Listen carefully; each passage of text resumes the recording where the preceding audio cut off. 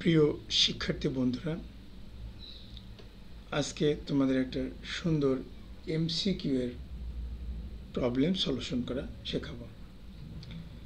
আমি লিখেছি x = a + b হলে সর্বদা 1/x = a - b বা a² - b² হয়।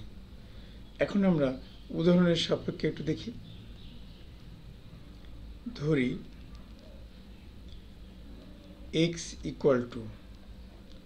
√3 + √2। সুতরাং 1/x = আমরা এটাকে a ধরবো, এটাকে b ধরবো। তাহলে অবশ্যই উপরে লিখে নিলাম √3 - √2। নিচে লিখে নেব √3² - √2²।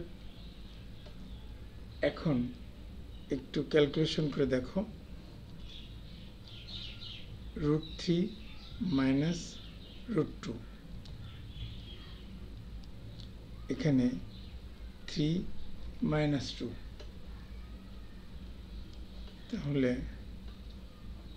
√3 - √2।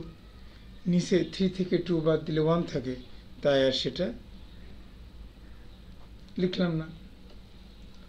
এখন আরো একটা উদাহরণ দেওয়া যাক।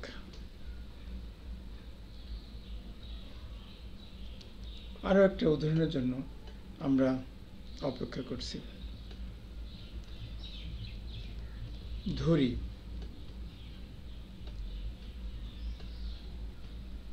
x = √4 + √3। সুতরাং 1/x =